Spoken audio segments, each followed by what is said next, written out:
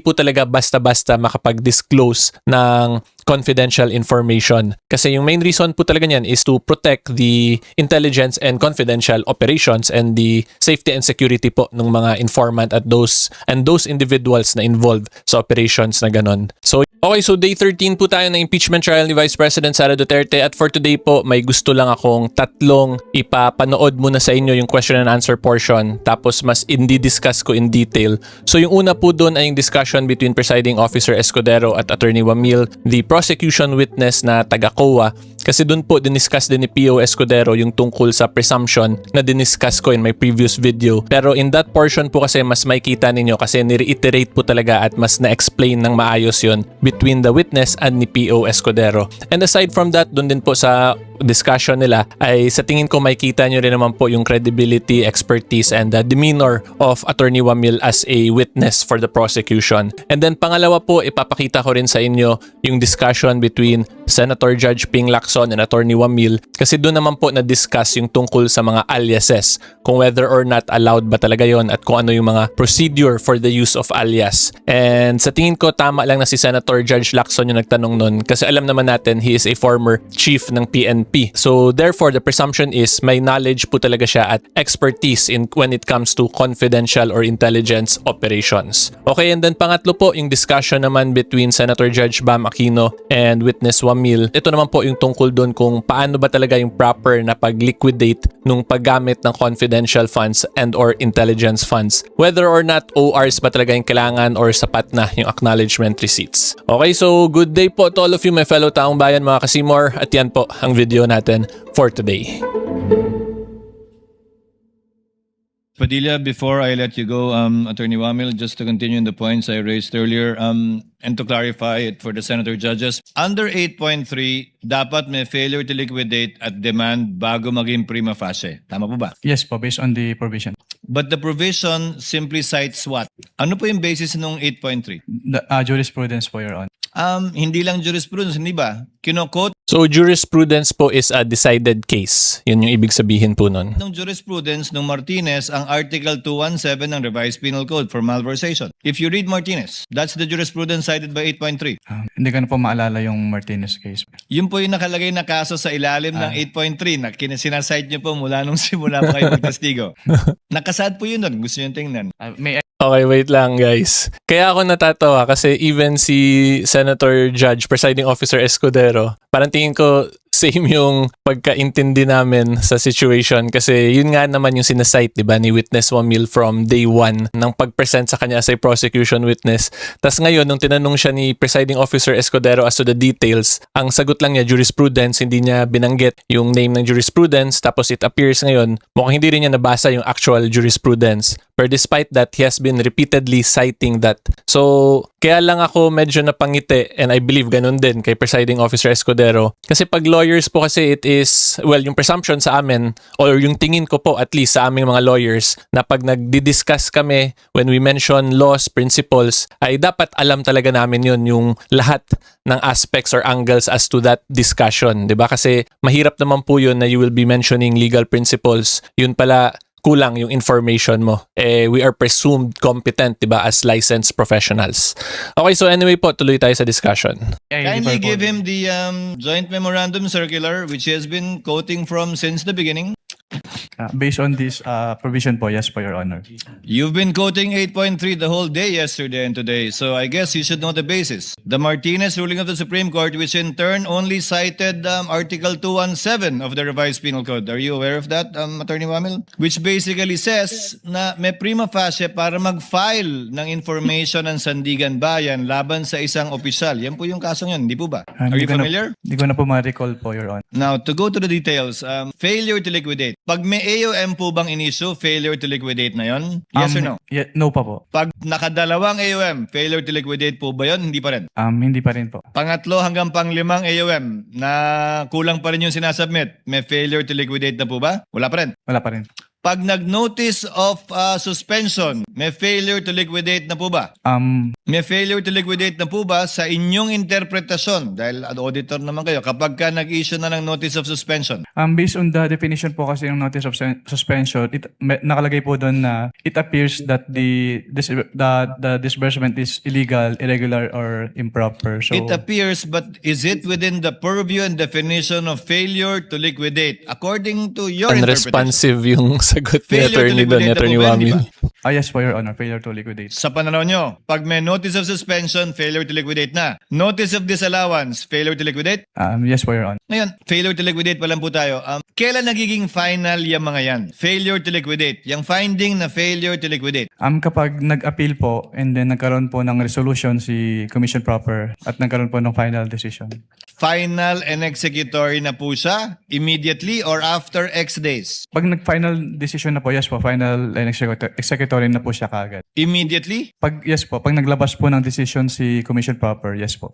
Paano po pag inapila sa Korte Suprema? Ang basis naman po ang ground naman po nung petition for certiorari is a grave abuse of discretion. Unresponsive So? pa rin.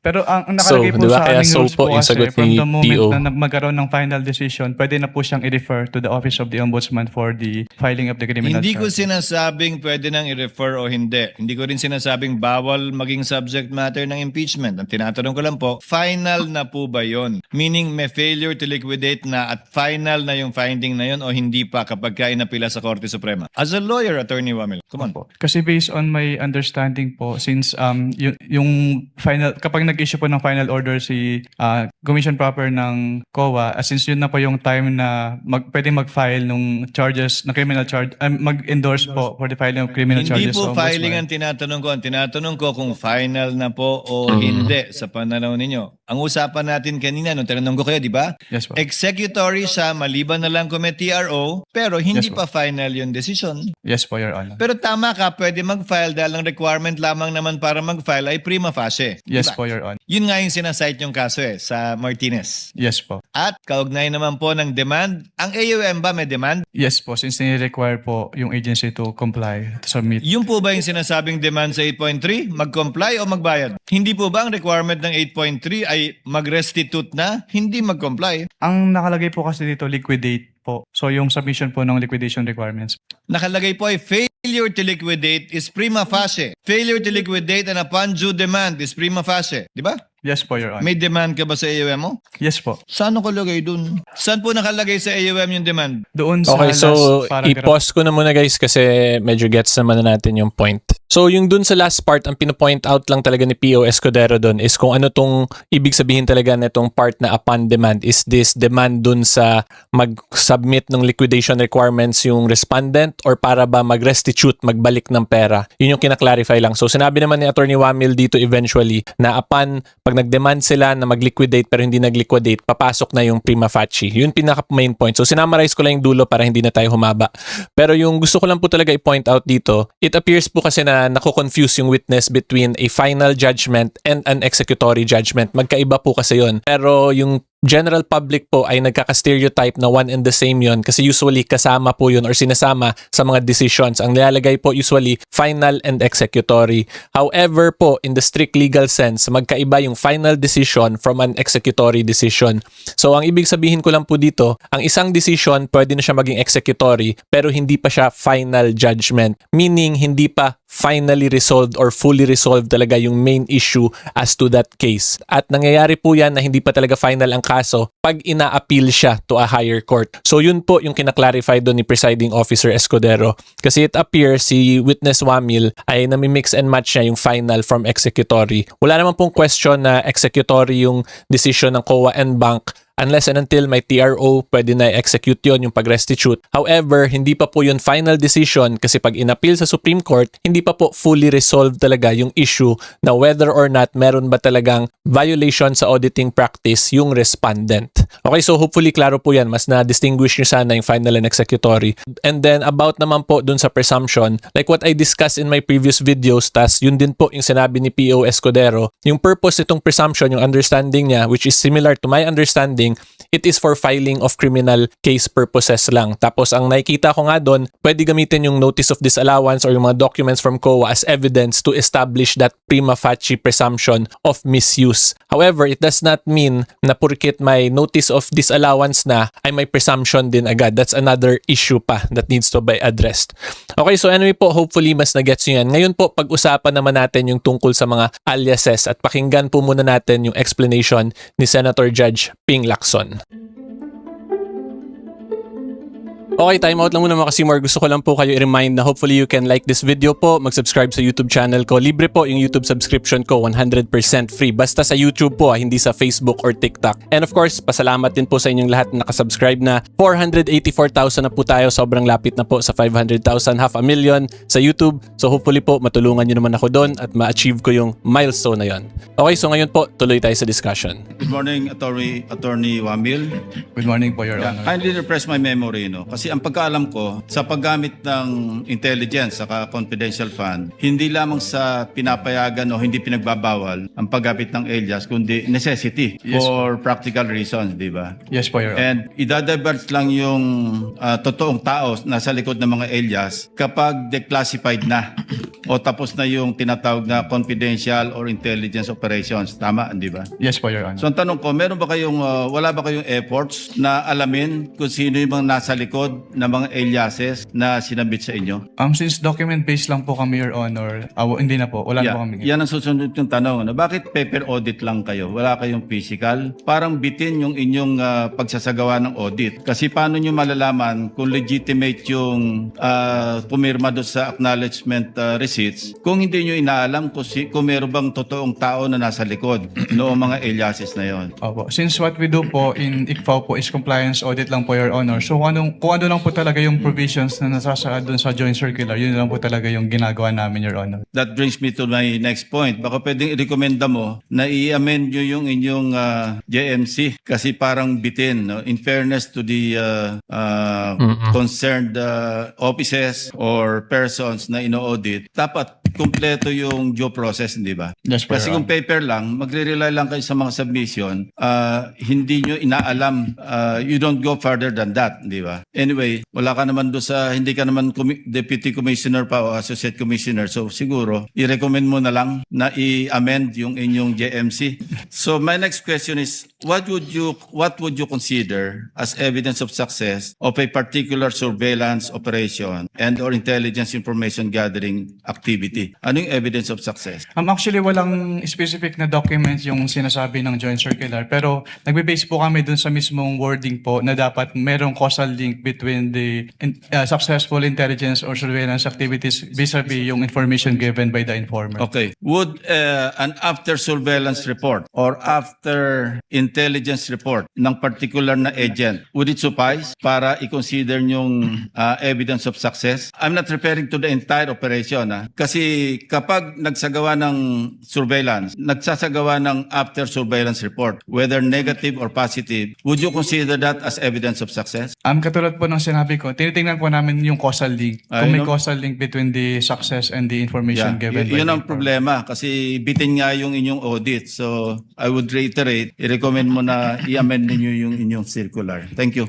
So basically, in-emphasize lang yan na yung confidential is confidential nga and usually na disclose yung information after once ma-declassified na po yung situation or yung operation, yung confidential or intelligence operation. And then sabi din po ni Senator Lacson is bitin daw yung joint circular kasi they are simply relying on documents. Ang dilemma lang ng prosecution ngayon sa situation po ngayon ay hindi pa rin talaga napapakita na may actual misuse via the testimony of Witness Wamil. Kasi even si Witness Wamil, ang sinabi lang niya, they they relied on the document submitted lang. And that is simply nga po for auditing purposes kasi.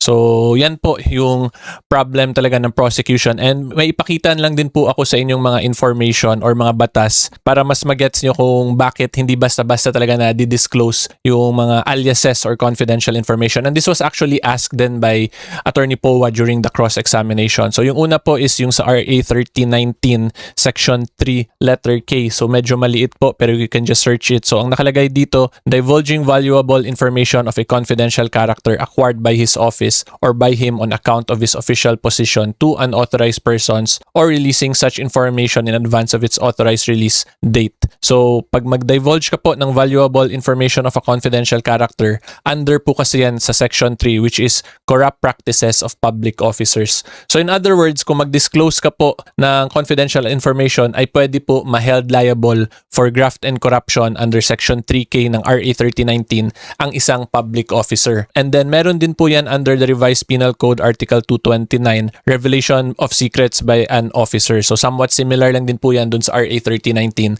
So overall, kaya ko lang po pinapakita sa inyo to kasi mas makikita nyo po dito na dahil po sa prohibition sa to under RPC and under RA 3019, hindi yan po talaga yung mga main reason as to the confidentiality ng mga aliases. So ngayon naman po ang next sa papag-usapan natin ay yung tungkol naman sa mga acknowledgement receipts kung whether or not allowed ba talaga yung ganon under the joint circular. So papanoorin po natin yung discussion naman between Senator Bam Aquino and witness Wamil.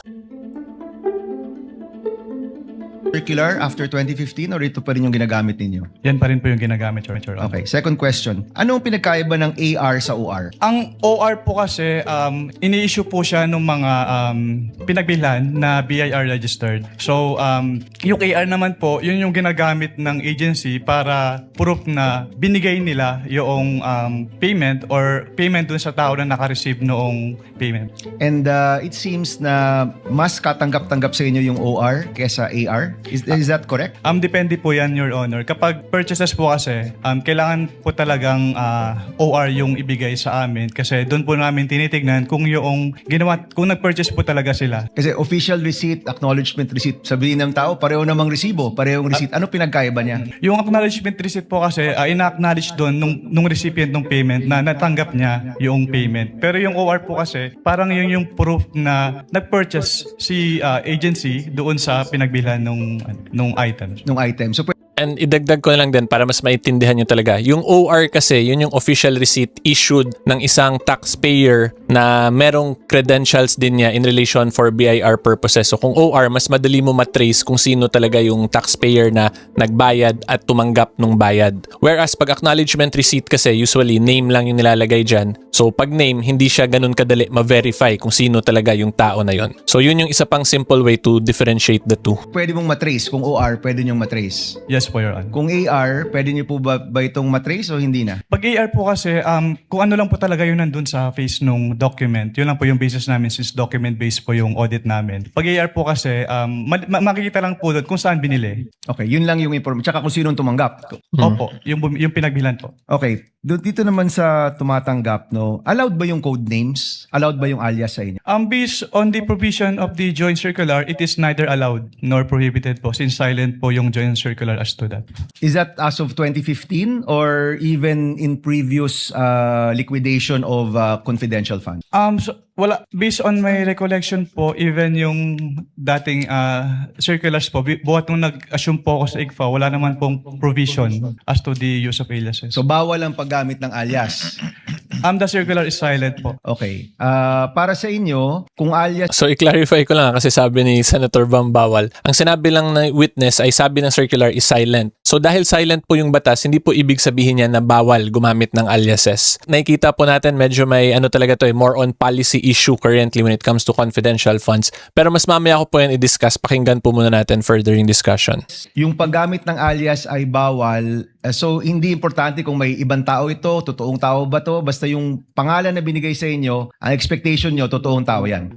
Based on that, kasi ang katulad nga po nung sinabi ko, document-based po kami. So wala po kaming way to determine if this is an alias or not. But in general, ang tinatanggap yung dokumento, dapat totoong tao. Yes po, Your Honor. Okay, next. So again, to reiterate, ang sabi po ni witness, silent yung joint circular when it comes to aliases. So dahil silent, hindi po ibig sabihin na bawal yun. At pwede nyo rin naman po i-review to mismo, i-download nyo na po joint circular number 215-01 January 8, 2015. Tapos kung makita nyo itong mga logos na to, tapos itong mga names, ayun na yun siya most likely. Tapos yung subject, guidelines on the entitlement, release, use, reporting and audit of confidential and or intelligence funds. Tapos kung napakinggan nyo rin po yung discussion, sinabi rin naman ni witness Wamil na hindi naman necessary talaga yung OR. And that is because wala rin po under this joint circular na nagsabi na kailangan OR yung ipakita for liquidation purposes. So nandito po kasi yan sa section 4. So ito po sections 4.12 at 4.13. So kung makita nyo naman po dito, disbursements from CF tapos yung 13IF shall be supported with documentary evidence of payment among others which shall be submitted to the ICFAO in a sealed envelope signed by the STO. So wala pong sinasabi talaga sa joint circular na official receipt or original receipt or OR kasi alam din naman po siguro yan nung paggawa ng circular na to na mahirap talaga yon for confidential and intelligence funds purposes pag actual OR kasi nga merong mga aliases na ginagamit tas meron ding mga safety and security concerns. And then yung tinanong din po ni Senator Bam doon kung bakit hindi nag-double check yung COA kung whether or not totoo ba talaga yung mga aliases kasi meron din nga po tayong tinatawag na presumption of regularity ng government actions. Therefore, pag isubmit po yun ng government, which in this case is the OVP yung documents, yung presumption po nun ay regular yun. Tapos i-audit yun ngayon ng COA to determine kung whether or not nasunod ba yung auditing standards or requirements nila. Okay, so again, wala pong sinasabi naman dito sa batas na kailangan OR. Ang sinabi lang, documentary evidence of payment among others. Yun yung actual words po when it comes to prove na na-liquidate ng maayos. So, hopefully mas na-gets nyo po ngayon yung issues involving aliases, mga resibo, at yung sa presumption na ginagamit ng prosecution. So, ngayon po magbigay lang din ako ng final remarks actually sa observations ko po dahil dito sa nangyayaring impeachment proceedings involving confidential funds in general. So overall, kung makikita po ninyo, ang masasabi ko lang talaga ay merong policy issue at present when it comes to confidential fund. So that is evidence dun sa line of questioning, di ba, ni Senator Ping Lacson na bitin daw yung joint circular. Tapos yung sa question and answer din ni Senator Soto. Although hindi ko na po i-play para hindi tayo mahaba. Gusto niya ibahin yung certain terminologies. But overall, yun nga po ang nakikita ko, that's a policy issue. And then actually po yung Congress, which includes the Senate and the House of Representatives, nasa magandang position po sila actually to address that policy issue kasi pwede naman po sila gumawa ng batas in relation to CF and IF. Diba, nasa power po talaga nila yan. So, hindi lang dapat sila simply recommendatory purposes kundi pwede nila ito ma-actionan talaga kung gusto nila ma-solve itong problem na to. And then, lastly po, ang masasabi ko na lang din, dahil ba sa mga policy issues na yun, ay ibig sabihin din may ginawang mali si VP Sara. At ang sagot din po dyan ay hindi po yun ganun. Kasi kung kinomply niya yung requirements under the law, tapos may mga problems pala yung batas na yun, ay wala na pong kinalaman dun yung respondent na involved. Kasi at present, wala naman pong batas na specifically nagpipinalize kung mali yung auditing standard mo. Ang meron lang talaga ngayon, pag ma-issuehan ka ng notice of disallowance, is civil liability for restitution, tapos yung presumption lang na personal use, which can be used for filing of criminal cases purposes. Okay, so yan lang po for day 13 of the impeachment trial of Vice President Sara Duterte. So kung curious naman po kayo kung ano yung rason bakit dismiss ng Supreme Court yung petitions versus the quote-unquote fishing expedition and quote-unquote mini trial ng House of Representatives, diniscuss ko po yun kagabi at dito nyo po yan mapapanood sa video na to.